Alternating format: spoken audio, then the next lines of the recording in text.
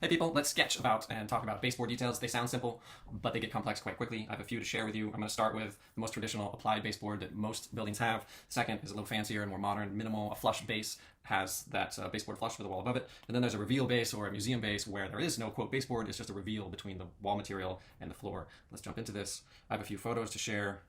The first is the most standard applied base. This example is a pretty short baseboard. It looks like that's probably only a couple inches or so. Why I like this photo is that it shows one of the things to consider with this baseboard detail, which is that the wall is going to get dirty over time or scuffed or damaged, and baseboards do play a role in either helping to expose that wall to potential damage like that or to protect it. You have vacuums brushing up against this, or in this case it looks like there are some mysterious scuffs. Who knows where they came from, but walls need to be painted periodically, and so the painting, layers of paint should be considered in a baseboard detail. Moving on, we have the flush base, which is a bit more minimal and modern. That is where that baseboard material is flush with this drywall above. That gap can totally vary. This looks like it's pretty tight, so this example looks like it's on the order of a 1/4 inch. And then you can see a gap at the floor. I think this was in preparation for maybe a carpet to go over that concrete floor, so that flooring insulation will hide that gap usually at the actual floor. But another thing this photo brings up is the fact that baseboards can house some of these electrical boxes and receptacles, which I think is pretty cool. In a way, it sort of makes the wall surface itself a little more precious and pure. But there's always switches that have to be in the middle of the wall. But it's interesting to consider some of the functions, electrical functions or mechanical functions that can be accommodated with baseboards. And next up, we have a reveal base. There's really a couple types. One is minimal, one is taller. This is sort of a tall example. I'd say that looks like it's on the order of a couple inches. So, of course, this could go taller or shorter, but it creates a really heavy shadow line at this floor-to-wall junction, which can be quite powerful sometimes. And again, that depth, maybe at a certain height, can also have some mechanical function behind there. Maybe there's an air supply diffuser behind there or something like that. And then to show you an example of something the most minimal, this is probably the most typical, quote, museum base, where that gap is tight. It's probably a 1/2 inch in this photo or so.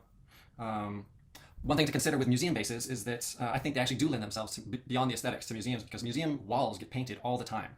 And it's actually quite simple with changing exhibits. When you need to repaint this whole wall, there's no fussy detailing down here. There's a gap at the floor, so masking is quite simple, and you can just paint this wall quite quickly and easily as the museum needs change. That's not really true for houses. So I think that there's sort of a nice relationship functionally with these sort of no base museum details.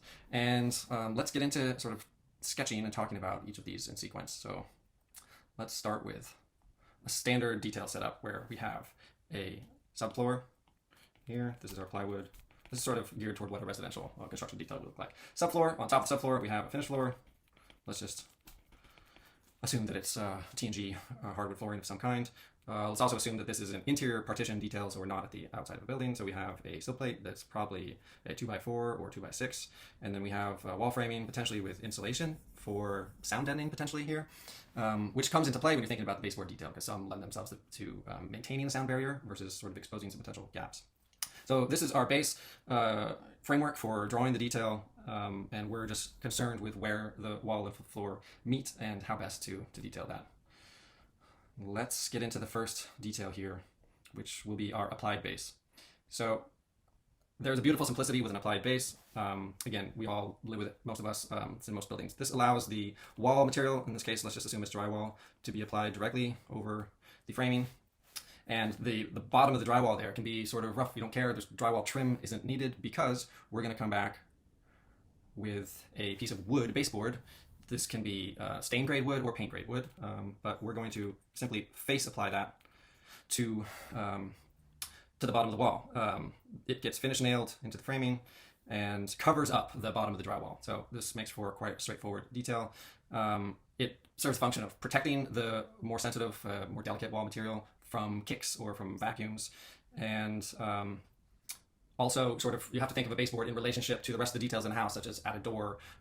You need the door casing and baseboard details to look nice together. So if you have applied trim around a door, then it sort of follows that it needs to work well with the baseboard at the floor.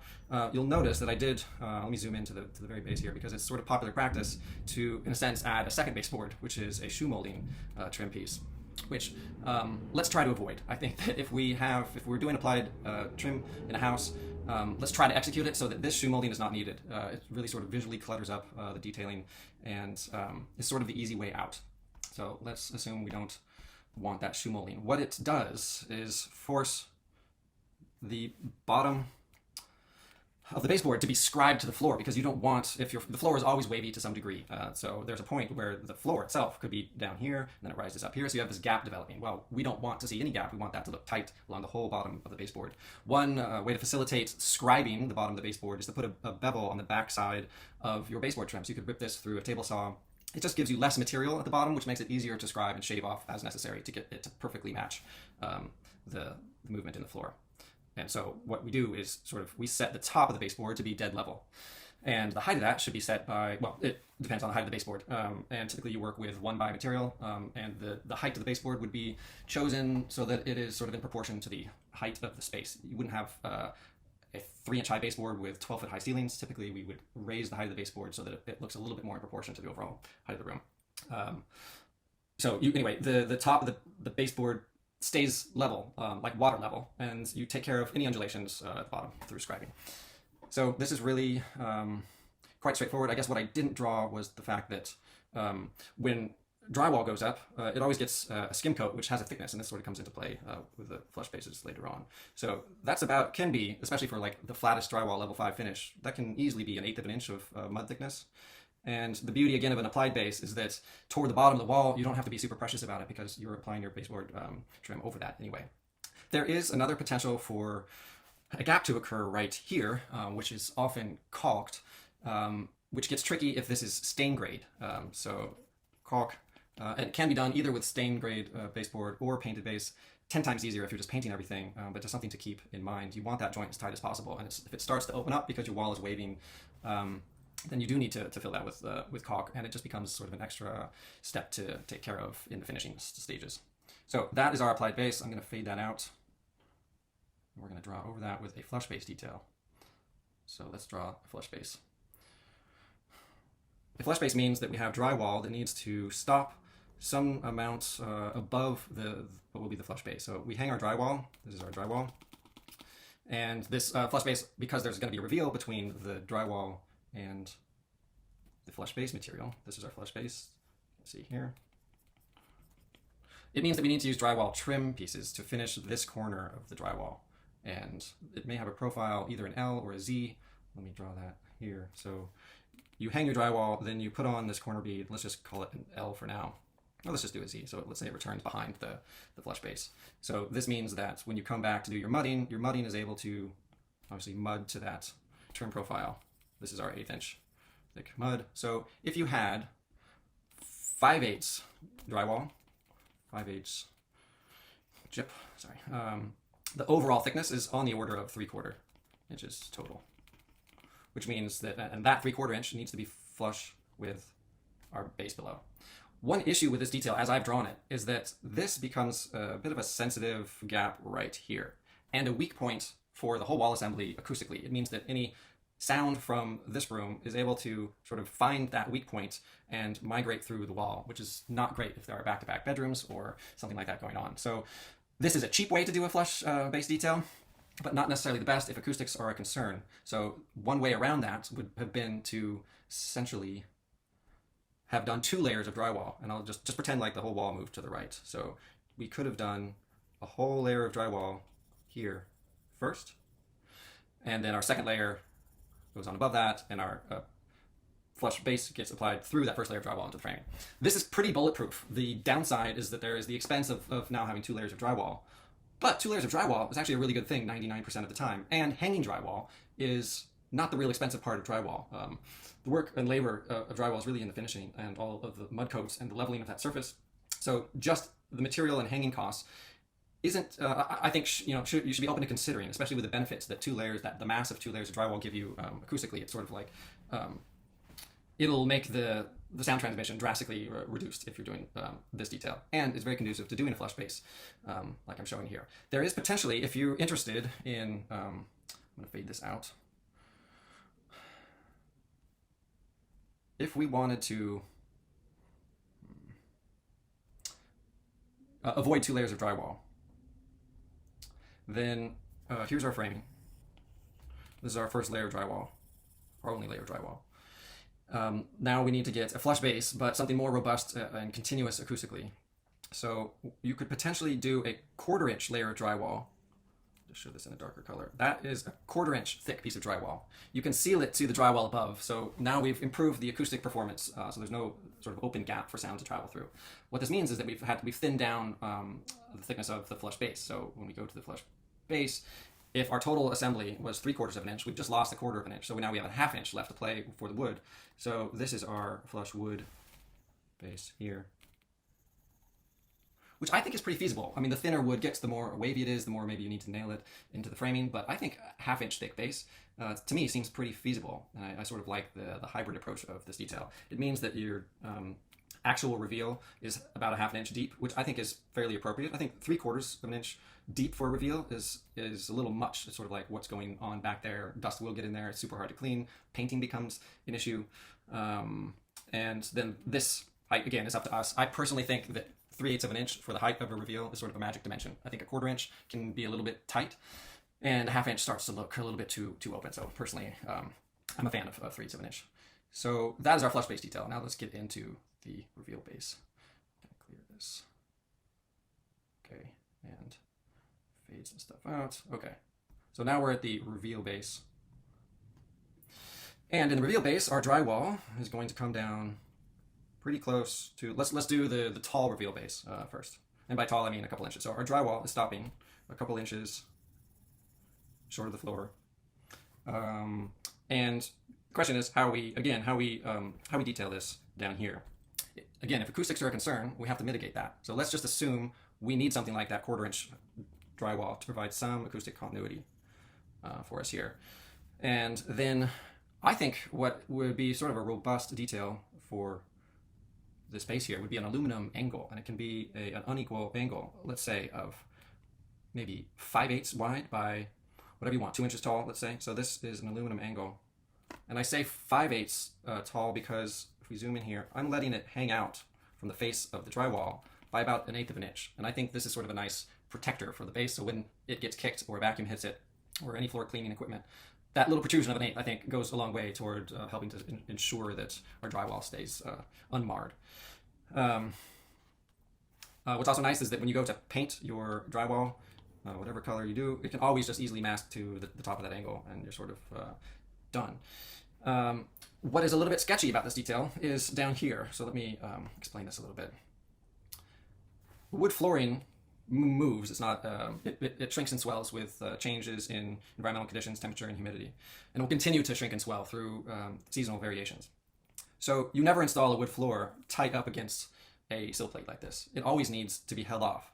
And essentially the question is this gap here. What is that? Well, it's on the order of a 1/2 inch.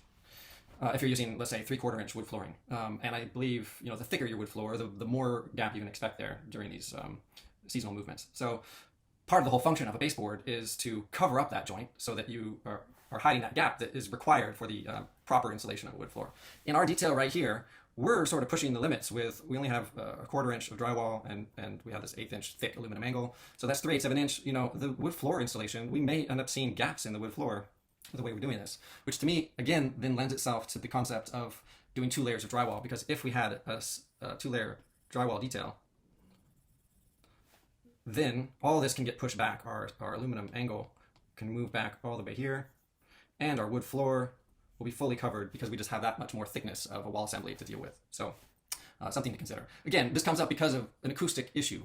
In a museum that's full of sort of freestanding partitions or gallery rooms that are adjacent to each other that are sort of part of the same acoustic space, this may not be necessary. But in a house between sensitive adjacencies, the sound issue can play a big role. Let's go now to the much shorter reveal base. So we'll fade this out.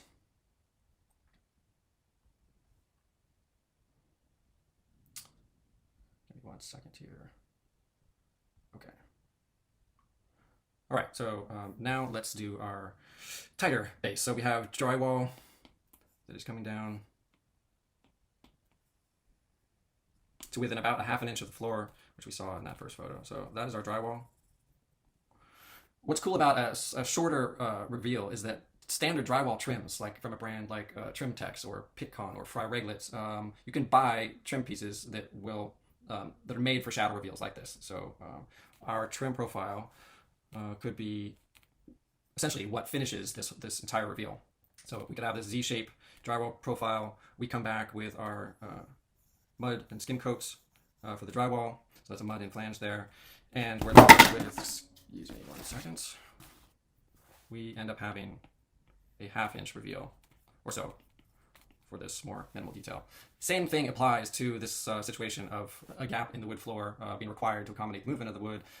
You may have to go to 2 layers of drywall in this case. Another thing you could do, however, is to reduce the depth of that reveal. So let's draw a different profile for the drywall trim. You don't have to return the full depth of the drywall, so you could do a detail, and I believe these profiles are available, where that shadow reveal only returns like 1/4 of an inch. And now we're sort of in the money because we're covering up, as you can see, our wood floor stops around here. Our drywall trim is in front of that, so we've covered that up. This sort of solves multiple things. I'm actually really liking this detail. Why this is a bit of a risk in residential projects is that you're not painting your walls every month, and you're just making this base sort of prone and susceptible to your vacuum cleaner, and that's the risk essentially. You can buy some anti-scuff paint, which is actually helps a lot in terms of cleanability, but that's really the risk. It's a gorgeous detail, but you have to be aware of some of these potential downsides. I'm trying to think right now of maybe there's a way, I erase some of this stuff, that we can have our drywall, and maybe there's a more, back to that aluminum angle idea. I'm just trying to think if there's a way, if you could install an aluminum angle that was like 1/2 inch by 1/2 inch, and you stick it out from the face of the drywall, that 1/8 inch we were talking about earlier.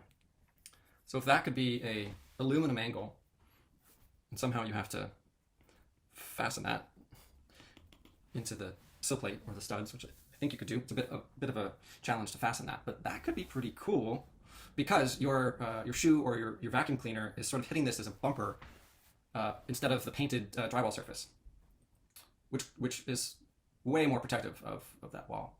So I kind of like this idea.